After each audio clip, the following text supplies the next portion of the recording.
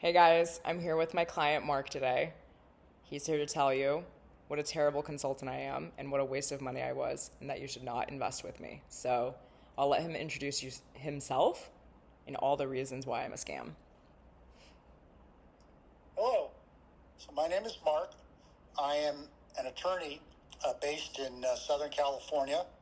I am a business and real estate attorney, so I handle buying and selling businesses and buying and selling real estate and other real estate concerns. That also includes setting up trusts for people, typically people in California and other states nearby own real estate, and it's important that the real estate be arranged so that when they're no longer with us, the real estate goes where it's supposed to go and it doesn't have to go to the probate court. So that's a lot of paperwork. I have a number of clients. Some of these people have their own businesses, of course. Other people, like I said, have real estate. So there's quite a few clients, quite a few files, and so that's what I do. Thanks. Great intro. Super proud of you. So, why don't you tell the people what your problems were before working with me? Like what did I solve in your organization? Well, being a solo practitioner, which has advantages and disadvantages, one of the disadvantages is that uh, I spent my time and we spend our time working for our clients and focusing on their problems, but there's a tremendous amount of administrative work to be done. So there's files that need to be kept coordinated. There's billing. There are different billing arrangements with different clients. The clients send messages, and you have to coordinate all that. And so that administrative thing it takes time as well.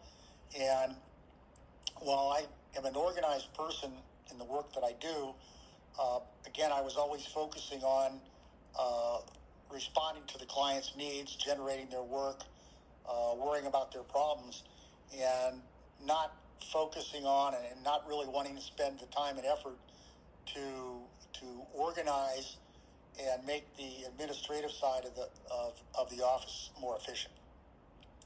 So Victoria uh, had experience with both all of these things of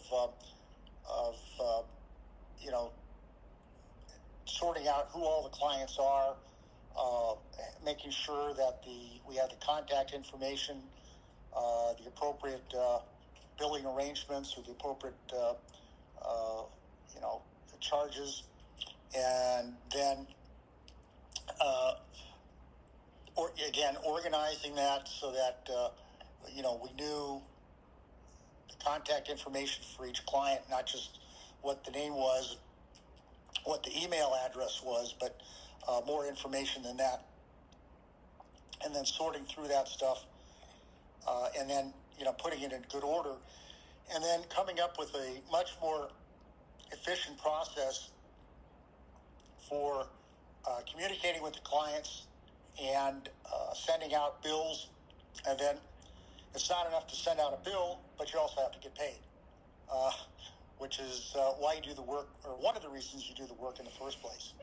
So Victoria was able to point to a more efficient billing system and advised what the cost of that was and why it was more efficient. And once we selected that system, then Victoria was the one responsible for putting it into effect, making sure that we had the system and that we knew how to use it, and that it delivered the efficiencies which we hoped for, and in fact it did.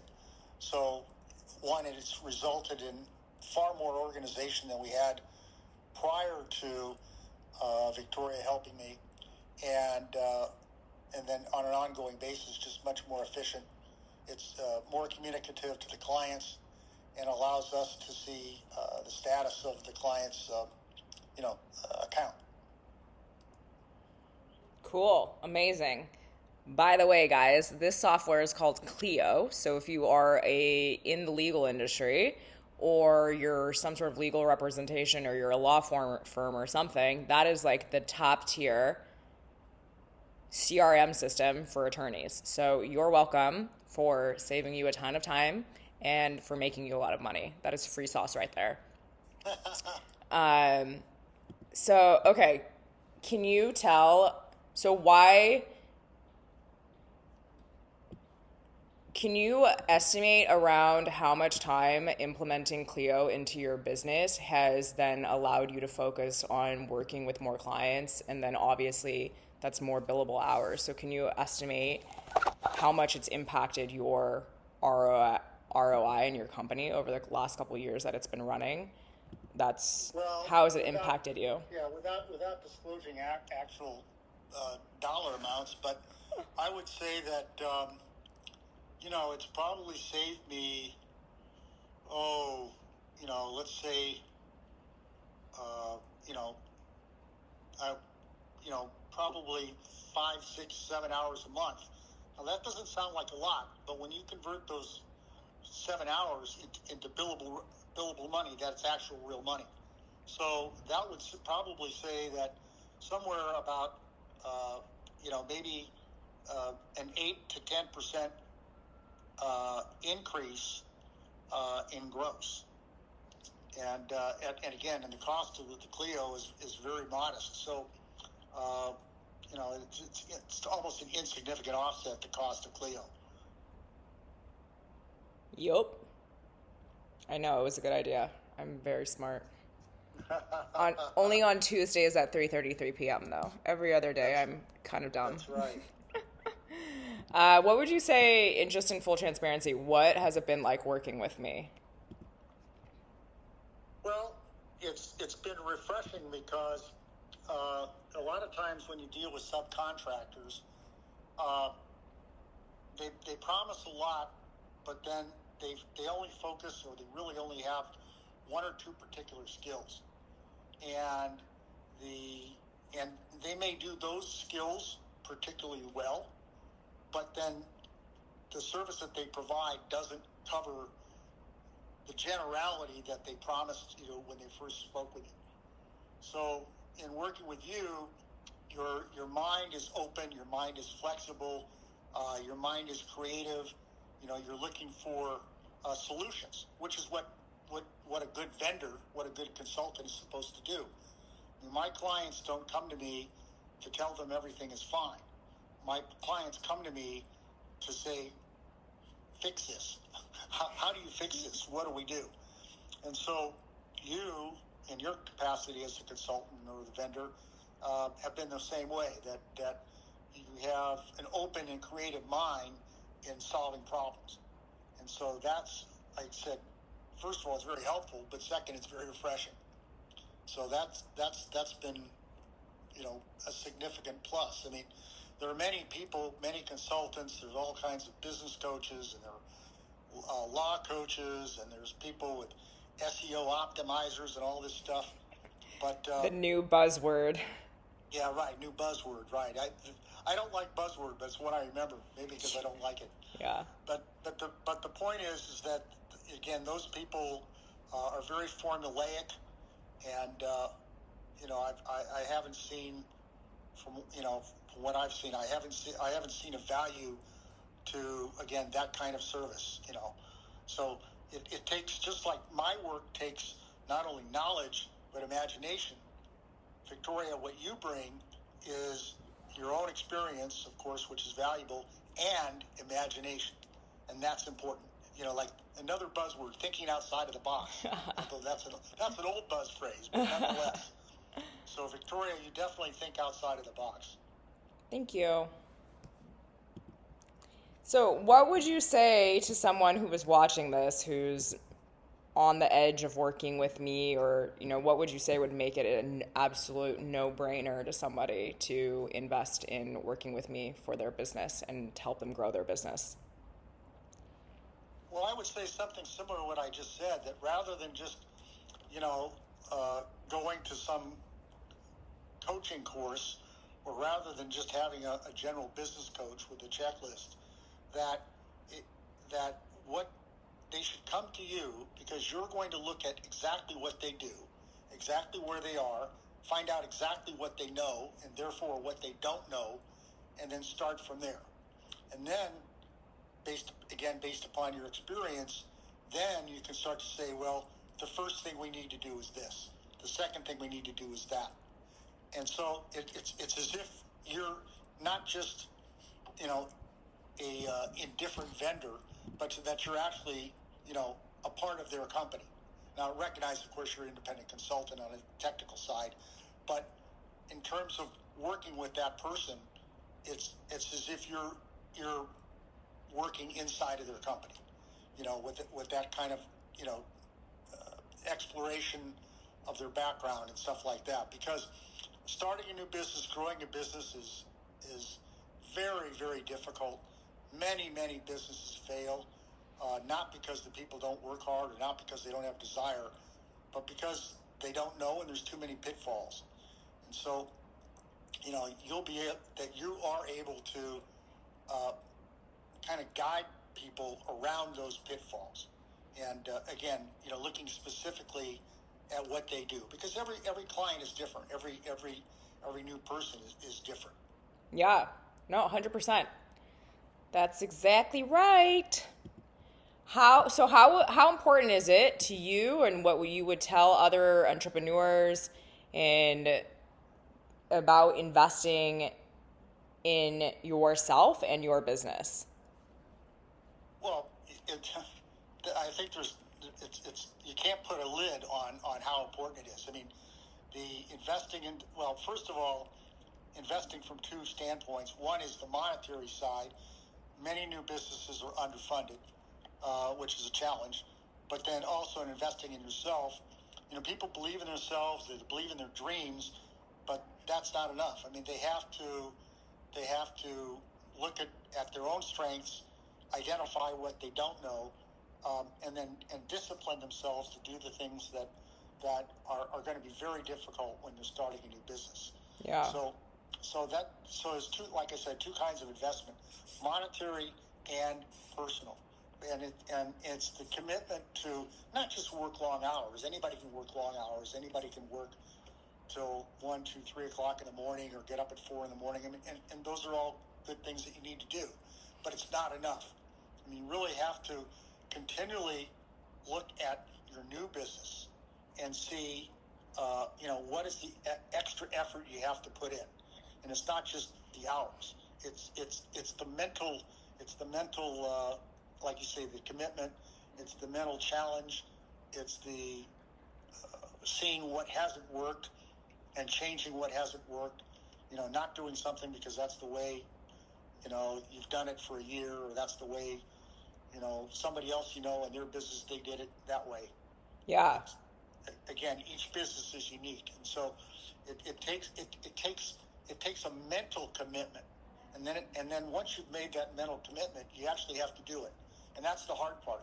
You have to, it's like I said about you having imagination.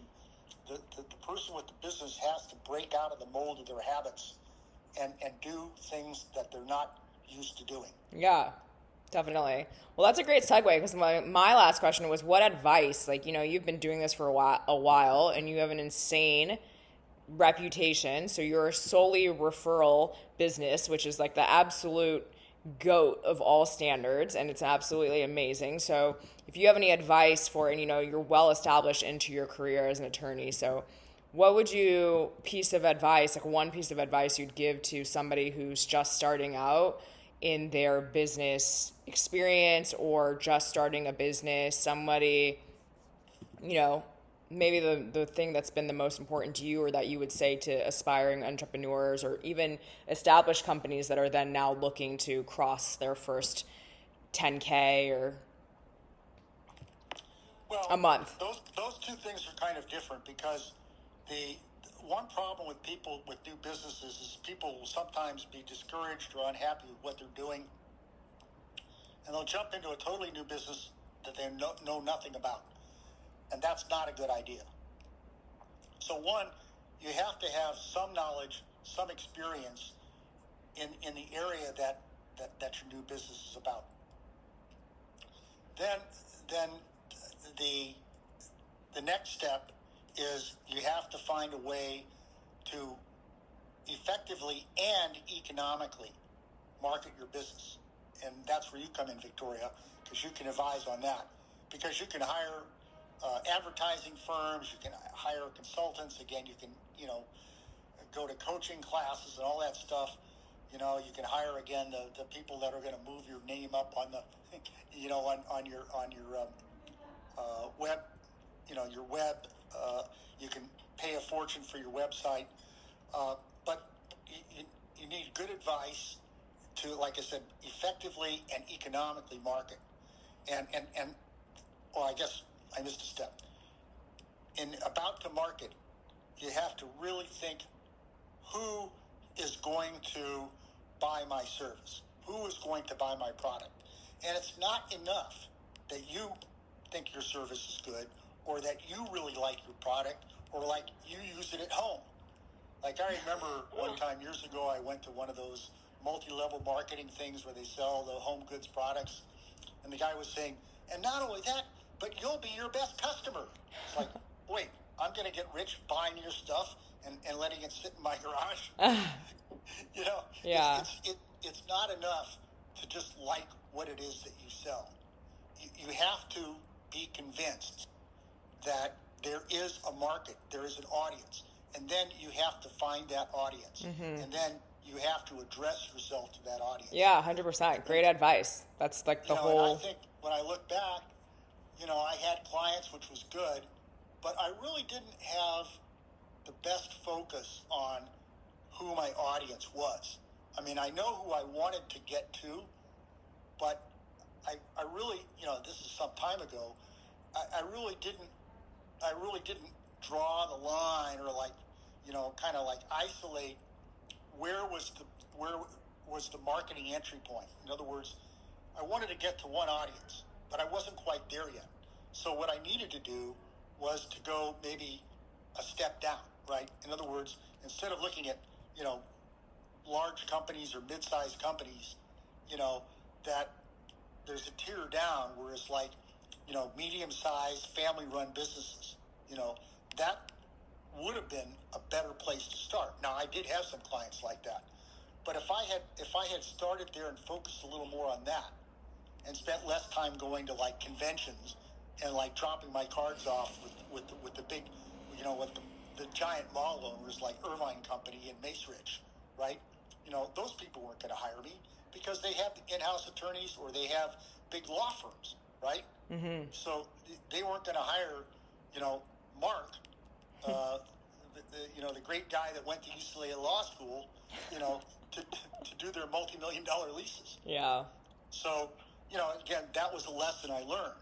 But now that we're talking about it, that is something. Now, when you say the companies that want to go to the next level, I think it's the same thing. It's like expanding into a new area. Well, there's just something in the news that a major banking company closed down their retail operation because they lost hundreds of millions of dollars. In other words, they had money to spend. They said, okay, well, here's something we don't do. We don't do this. So they started to do it, but they didn't know what they were doing, and they didn't know how to appeal to that audience.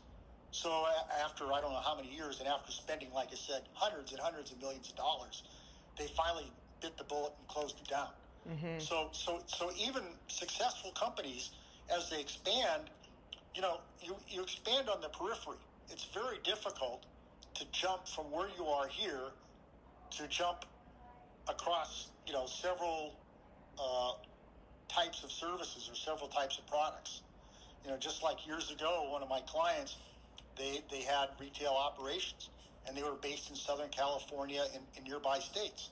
And then they thought, oh, well, Florida's a great state. So, there's plenty of people there and people eat food. So they jumped over there and they tried to expand, and it didn't work because they didn't have, the reputation didn't follow them 3,500 miles, right?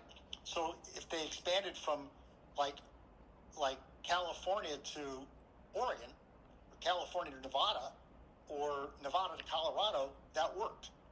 But jumping, leaping from California to Florida didn't work. Right. So again, I think it's a question of of looking really, really, really, focusing on who's going to buy this product. Mm-hmm. If I develop this new product, if I offer this new service, is there a desire for it, and if so, who is going to buy it? Right. And are enough people going to buy it? Absolutely. So that's a difficult decision, but that's what needs to be done. But just to say, oh well, we don't do this, hey, we haven't started building electric cars yet. Let's do that, Or like Apple trying to develop a driverless car. It just didn't work. Well, yeah, I mean, absolutely defining your niche and your customer profile is super key to the success of scaling a business and scaling quickly. So I couldn't have said that better myself. Now you have the word out of the mouth from, where'd you go? Oh, sorry. Interruption. No, I'm here. Here's a boomer with tech. That's what happens when you try to talk to a 70-year-old. But yeah. Hey, I know how to turn on Netflix. Yeah, exactly. Well, I'm glad you know how to turn on Netflix, Mark. Make sure you have stuff to do in the evenings. That's right. But yeah, thank you. Super appreciate it. Now you guys have the word out of the mouth from people in multiple industries about the importance of clearly defining a product and clearly defining who is going to be buying that product and targeting that specifically for the people you're trying to sell to, and the importance of that in a sustainable business. So any last words for the people of YouTube and Victoria's Instagram channel? Well, again, it's just you have to know your own business, know your own strengths, be prepared to correct mistakes, and be prepared to overcome your own the things that you don't have when you start. What you don't know, what you don't know how to do. Amazing. Thanks so much for all that boomer advice. We all need a boomer in our life. So take some general advice from this man. Thank you. All right, you're welcome.